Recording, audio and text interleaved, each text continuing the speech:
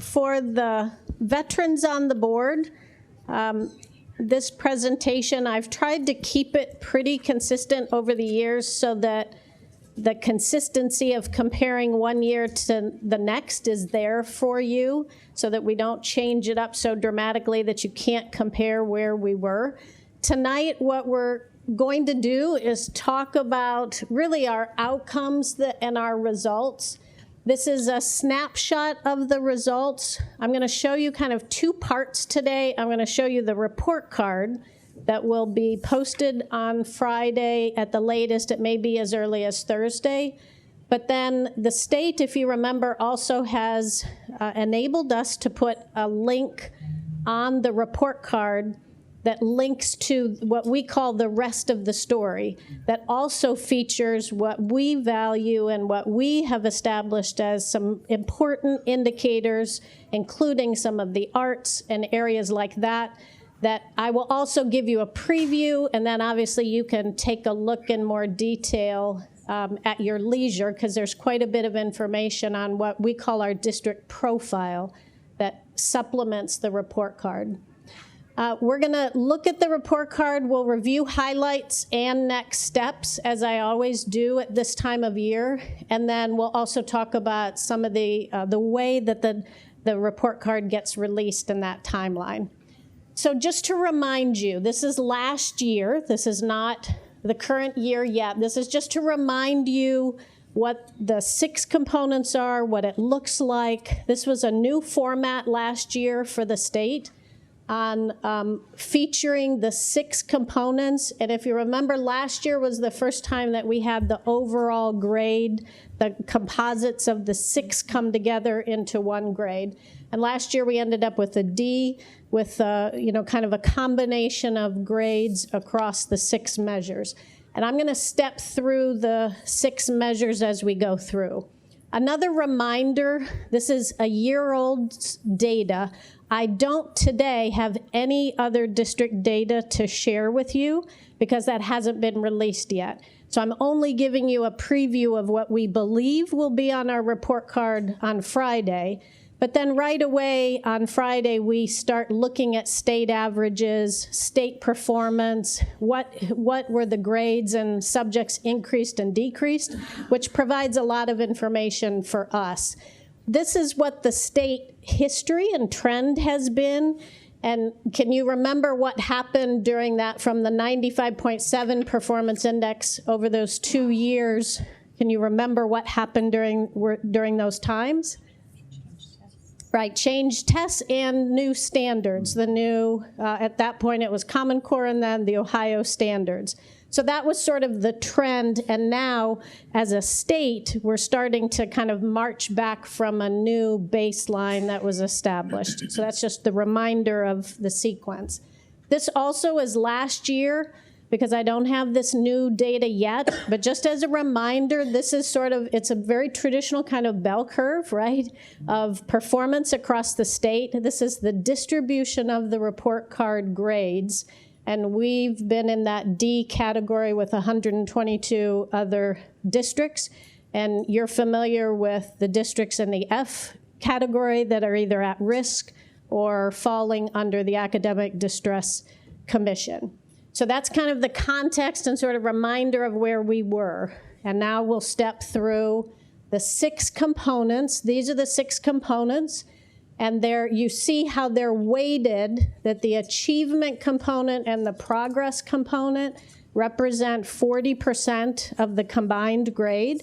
And then everything else is worth 15%. That's how it's pulled together in a final grade. And I'm going to step through each one of those.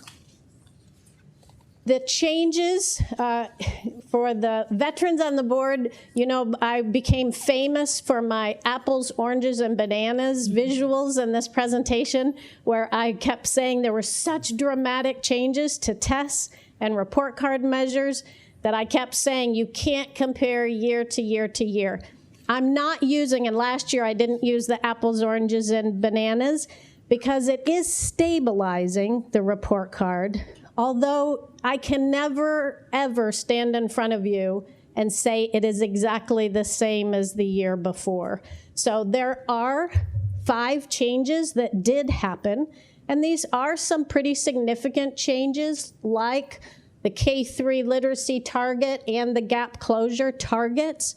What our goal was that we had to reach were raised. So the bar went up, very similar to kind of a stepping stone that every year it's going to get tougher and tougher and tougher. So know that, and I'll remind you when we get to the measure that the bar was raised, which makes the bar, obviously the goal, tougher to reach, but we still had some success in these areas despite the bar going up. Value added, there were some changes just on how demotions are used. Another important thing is subgroup size, and many of you were kind of part of the advocacy groups at the state level about how many students you needed to have a subgroup count on your report card or not. The state, it used to be 25 students, and now it's gone down to 20 students to be counted on your report card as a subgroup. The purpose of that is to make sure there aren't hidden kids in some of the subgroups, like by race or by students with disabilities, by gifted, that are kind of hidden in a district where they're not actually performing because you don't have enough kids to count as a subgroup. The state is on a 3-year cycle of lowering the subgroup size so that more subgroups are counted in more schools and more districts to make sure there aren't hidden groups that are underperforming that no one is paying attention to. So there are more subgroups that have come out. In Akron, we've had most subgroups hit anyway because we're such a diverse district. But it's important for you to know that some schools picked up some additional subgroups this year. And then the chronic absence target actually dropped a little bit this year because they use a state average. So our first indicator is our achievement indicator, and we received a grade of D on this indicator, which is the same as last year. We saw improvement in the performance index and key indicators, and the achievement is all about whether you met an 80% bar on all of the tested grades and subjects, and also performance index looks at where kids scored, whether they were accelerated, advanced, and if you're moving kids to different levels. So those 2 measures, here's our performance index. I gave you a whole multi-year trend so that you can see we continue in the right direction. We just saw a small increase this year, but that still means we have more kids scoring in higher performance levels. It might have been a student proficient going to advanced, but that's the movement. We get more points, and that's how our performance index goes up. In our actual indicator performance, and on the handout, if you try to look at this at home, the highlights didn't quite come out as sharp, and I'll be sure to email this presentation to you too so you can see it. We had, for social studies and science, some minimal improvement here.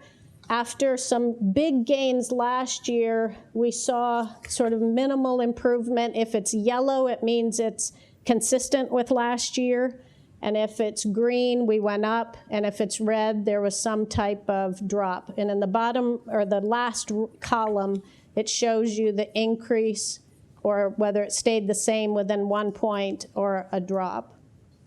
So science and social studies, after bigger increases, then we kind of plateaued or took a little bit of a dip this year. Again, I don't know once we see the state average, whether that's consistent across the state or whether that's unique to us, but we've already started to dive into where these results, what standards we're missing and making sure that we're addressing that. For reading, we have mixed improvement here. We have some nice gains in 3rd grade, which we're thrilled about, a bigger gain in 3rd grade, and then a few grades that either stayed the same or saw a small or a medium-sized drop. but then we saw 3 grade levels increase. So I consider this sort of mixed results. The past couple years, we've had more of majority increases. So this year, we have to sort of pause and say, what is it that we're seeing mixed results this year rather than kind of across the board increases? Particularly the last couple years, we've seen at least the majority increase. And then in math, we have more increases here or kind of consistent with where we were last year. And in math, same thing. Last year, we had some big increases, and then we sort of plateaued or had some increases. So I consider this stable improvements, but we certainly would like to see more green improvements here. But we did have 4 grades improve. Again, 3rd grade, we had a nice increase there. And we're glad to see geometry starting to move because that's been pretty difficult for us over the years. Yeah. I don't want to, I hate to interrupt your presentation, but yes. So the percent proficient for, say, for 2018, if I'm looking at, say, grade 3 was 44%. Right. In 2018. And then that class moved to grade 4 in 2019. So is really what you're kind of looking at a 44 to 56%? To follow the same cohort, absolutely. If you, in many of our reports that we look at, we watch the cohort to see where were students. So yes, in 3rd grade, students were at 44%. Those same students, except for some high mobile students, but the same students scored 56%. Yes, that's a good way to look at it. A lot of my staff likes to look at it that way rather than just by grade, but ultimately our performance is based on each grade independently. So when we dig more into which cohort of students is really struggling, we look more at multi-year. While you're stopped for a second, yes. Quick question on a overall level. So does the state look at the fact if, say, the 7th grade test overall or the Algebra 1 test, everyone has a 5% drop or everyone has a really large drop? Do they make note of that and then look back at the test and say, was there a test problem? Is that ever a consideration? We regularly bring that to the attention of the state, especially when we look at all of the districts. We'll come together and say, look, in 3rd grade last year, everybody took a 7 or 8%. They will work with the vendors to look at why and to see if the complexity level of the questions were off. Rarely do they come back and say there was a problem with the test. They'll generally acknowledge that, yes, across the entire state of Ohio, there was a drop in a specific grade, so there must have been something going on with the test. But they rarely will say there was a problem or the questions were just way off grade level or something like that. But they do listen and they take that into consideration. Yeah.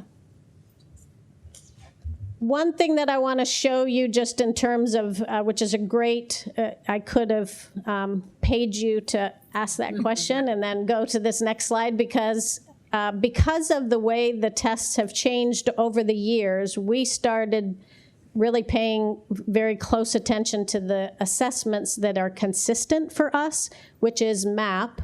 And we've been using MAP for 8 or 9 years now. And this slide shows reading is on the left and math is on the right. And this is from fall to kind of late winter, early spring last year, what our growth looked like. The top column or the top row is fall, and then the winter, early spring is the bottom row. And it shows, obviously, if you see more green, we have more students scoring in the universal, which means they're on grade level or close to being on grade level, and less yellow and red, which is the targeted and intensive tiers.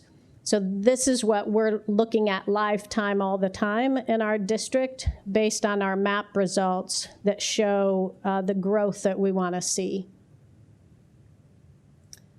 One other indicator that is on the report card now is chronic absenteeism. And we did see a drop in the percentage of students who are chronically absent. It went from 24% down to 23%. Now, obviously, 23% is very high. We've been, the superintendent and I, along with Ryan, we've been talking a lot about attendance to try to figure out what strategies we need to put in place on kind of a larger scale in the district and really the city for attendance, because this is a substantially high rate. This is excused or unexcused absences for students, and looking at needing to reduce that. But we are headed in the right direction based on the attendance strategies that we've put in place. This is just a really important slide to drill down on why attendance is so important. What this slide shows is our MAP results based on students' attendance. So if you look in the upper right-hand corner, if you are severely chronically absent, it's red. And if you have good attendance, that 95% and higher, it's green. And you can see the top row is the advanced performance level on the state test. It's probably all the kids that were sitting in here in the audience. The kids who are scoring at the highest performance level have the best attendance. You're probably not surprised to hear that. But when you look at this chart and the perfect kind of step down, that the next level is accelerated, proficient, basic, and limited, the limited students are struggling with attendance the most. So attendance is a huge issue that we have to keep focused on and working on and putting strategies in place, because the more we can get kids here, the higher their performance will be, in other words. So that's the first category, the achievement category. Now for value added, this is our growth measure, but our value added score turned out to be an F this year, which shows where we are relative to all other districts in the state of Ohio. So if everyone grows in the state, but the other districts may grow a little bit more than us, then our value added is going to be lower. But we just got these results on Friday, but here's what we can't figure out for today. I wasn't able to figure this out today during the day. Look at our value added results for our schools. We have 7 schools with A's and value added, 12 with B's, 5 with C's, 14 D's, and only 5 F's. So when you look at that, when you put all those together, that should represent the district. So this troubles us and concerns us in terms of why do we as a district have an F when the vast majority of our schools, the majority of the schools have A, B's, and C's, and then the next category, the D's, and very few F's. So we're trying to work through that. We have our gurus in value added analyzing this to try to figure out how that could be. And value added, as you know, is that calculation isn't published, so we can't necessarily verify it, but it just doesn't seem to make sense that our schools are doing well, but then the district summary turns out to be an F. So stay tuned. I will let you know what we find out about that. So now our next component is graduation rate. And as you know, there's a 4 and a 5 year. It's important to remember these results are a year behind. So this is the class of 2018. It's not this last year. It's always a year behind because we get to include summer graduates. The good news here is that we received up on top a D, which we went up from an F to a D in our graduation rate. So we moved up 1 grade, which we're very, very pleased about. Here's the trajectory of what our 4-year graduation has been, and then our 5-year ended up at 79.9. This is what it looks like visually on what over the years, what our graduation rate looks like. And you could see kind of that nice trajectory the past 3 years. Okay, the next one is gap closure. We have a C in gap closure, which means we're doing a solid job closing gaps, and that's a continued strength for us. We are closing gaps in English. I've listed the subgroups where we're closing gaps. And then in math, it's every single subgroup. We have closed gaps in every single subgroup for math versus English. And that's the full list of subgroups off to the right. So this continues to be a strength for us, that when you look at the state, and this is one of the measures where the bar was raised, okay? The bar was raised on what bar you had to meet to close the gap. The state raised it, but we still closed gaps in math, and we were able to earn a C for the district in this area. The next one, our K-3 measure, which continues to be a strength for us, we moved up to a C, which is 1 grade higher for our K-3 literacy, which we're very excited about. And we're basically, the way this measure works is, are we moving off-track students in kindergarten, for example, in the fall? When we test them again in first grade in the fall, have they moved to on-track? So in that year's time that we had them, did we move the students from off-track to on-track? This continues to be a strength for us. This is 2017-18, so this is a year ago. Just watch the blue and the red compared to this year. Do you see how there's a lot more blue and a lot less red? That means we're moving more and more off-track kids to on-track. And most importantly, we also, part of this measure is we also increase the percentage of students promoted in 3rd grade to 4th grade. In other words, meeting the 3rd grade guarantee. We went from 98.3% to 99.1%. There were only 14 students, I believe, retained, Mary Outley Kelly, right? I think that deserves a round of applause for us. Dr. McWilliams? Yes. Can we also point out that that's with proof that many of our students come in way behind their suburban peers as far as skills to be reading. So the fact that we're catching them up and that they are able to be promoted by 3rd grade into 4th is really a huge kudo to our staff. I mean, it's fantastic, the growth that we're talking about. That's right. If you think of where we're starting, Right. and then that means we are not just moving kids just a year in a year's time during that kindergarten, 1st, 2nd to get caught up to be able to be promoted. Absolutely. And then the last measure, the Prepared for Success. This is the measure that takes a look at indicators that indicate whether a student is ready primarily for college. And this is one of the areas that the state is seriously looking at revising because it's a little bit more heavily weighted towards college preparedness versus work. But we received an F, which is the same as last year. But we've been improving across the board. So where you see green is where we have improved the indicators that make up this measure.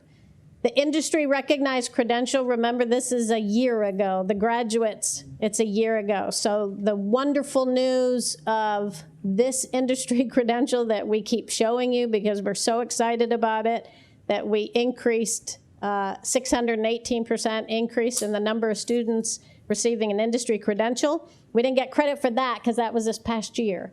The Prepared for Success measure is for the class of 2018. It's a year behind. So next year we should see a nice, if they keep this part of the report card, we don't know, but we'll get credit for it in 2020.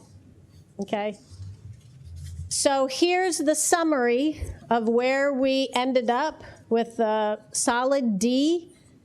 with increases in our in 2 of our measures, which we haven't had increases in 2 of our report card measures in, I'm not sure how long, for a long time. We've hit maybe 1 increase periodically, but this year we increased in 2 measures, but it still comes out composite-wise to a D, same as last year.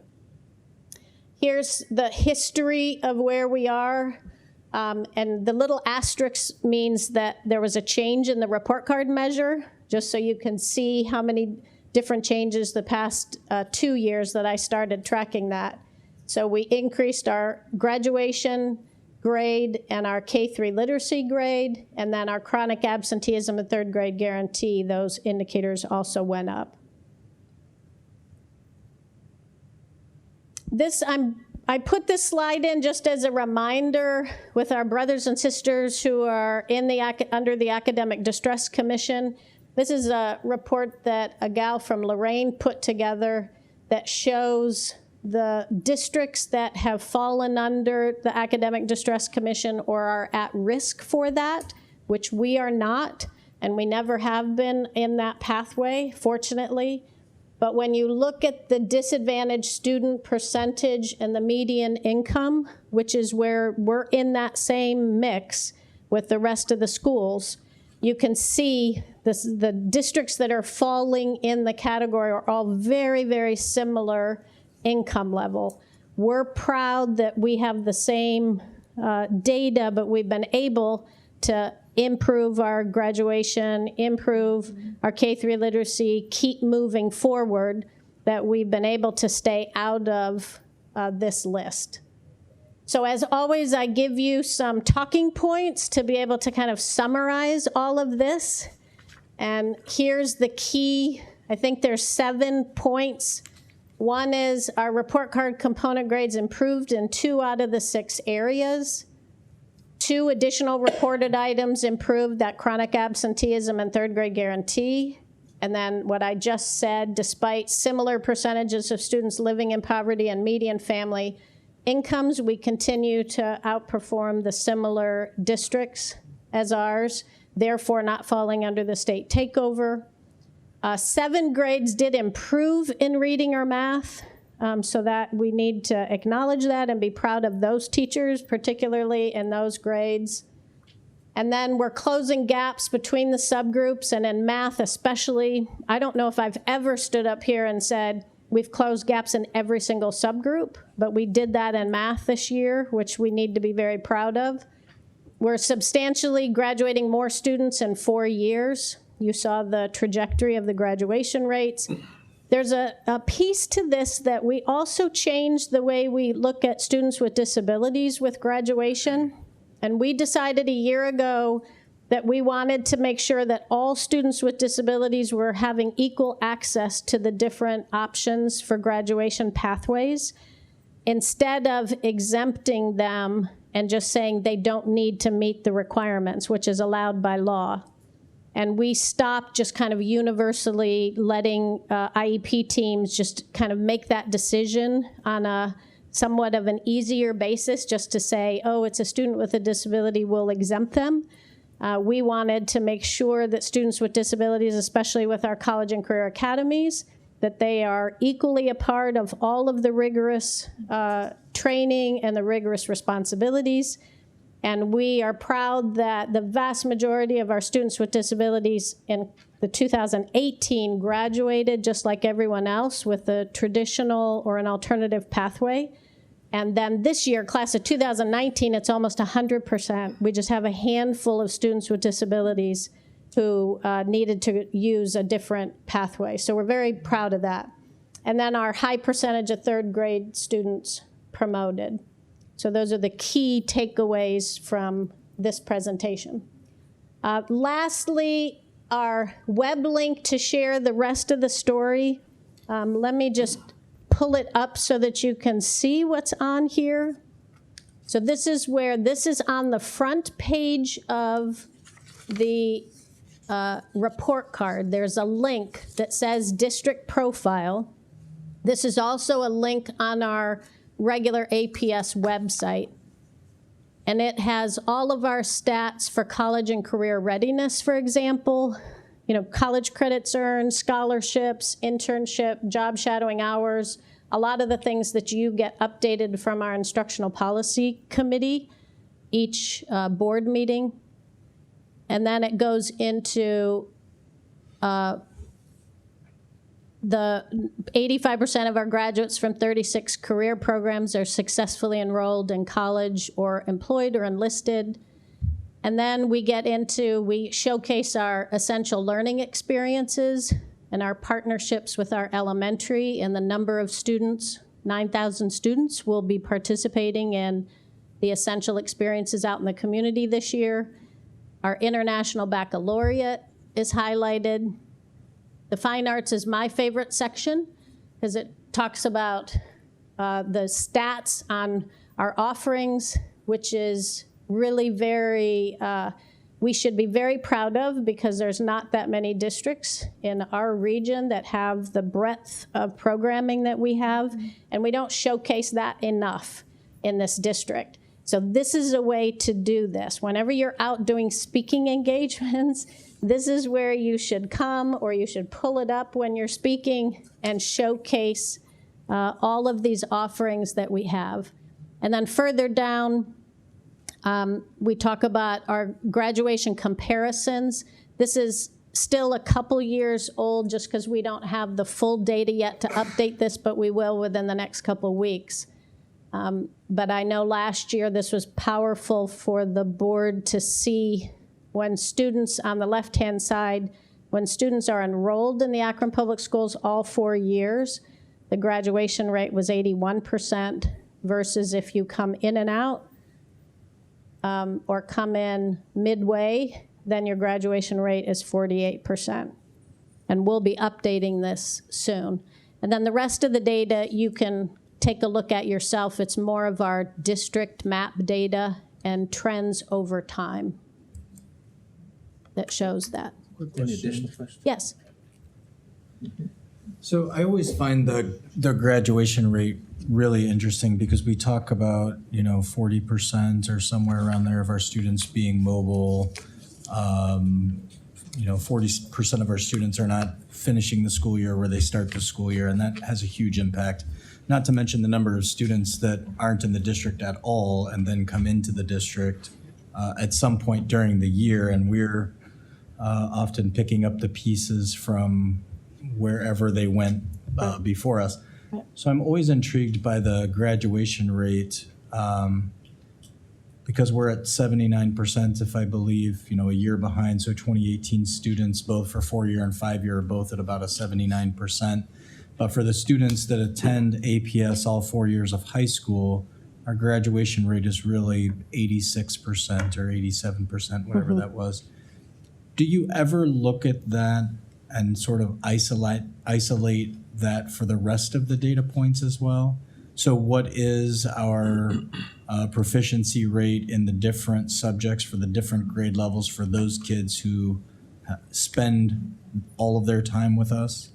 We have done some reporting. We stopped updating the charts when we were changing tests every year because it just became too almost chaotic to try to isolate that we were the difference, for the test results. But I think now I just submitted a whole data request through our new kind of strategy team to be able to look at some of the profiles of our students who are coming in and leaving, to look at the difference between if you've been here throughout multiple years versus who's leaving and who's coming back and what their profile looks like. Because I think it's not only informing our results and our performance, but it also needs to inform us on what we need to do when we're receiving students who come in so substantially behind the rest. Just plopping them right back into a classroom maybe isn't the best. There might need to be more transition work, almost like a boot camp to get the students up to speed before they just come right back in. I mean, every year when these results come out, and we have this presentation and we're out in the community, and it sometimes might seem to the average person that we're looking for those bright spots, those 7 points that you gave, and really many more that I picked up on even just throughout the presentation. Yeah. But we're always looking at those, and to the average person, sometimes it seems as if we're saying, look, we got an overall grade as a D, but wait, there's more, or here's a link, read more. But I think sometimes we all have our thoughts on the state tests and the changes and the apples, the oranges, the bananas, the pineapples, the coconut. We were running out of fruits. We had a salad. And everywhere I went, I was getting gifts of oranges and bananas and apples. It became quite a thing. And we have all of those thoughts, from park to air to all the tests and all the changes and the raising the bars and all of that. But there's so much more to be said, I think, about the district, and often I think it's the way that it gets portrayed and the way that it gets focused on. We had the discussions, the last several years about how can we be achieving at an 80% and still get a D?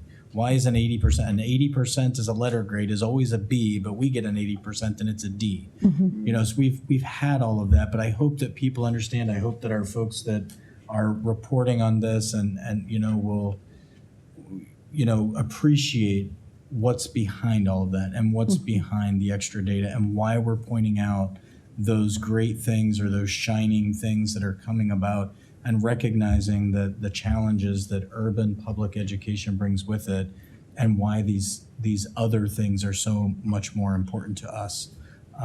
So I know I'm not being very eloquent, but it is important, because these report cards are going to come out. We're going to go out. We're going to talk in the community.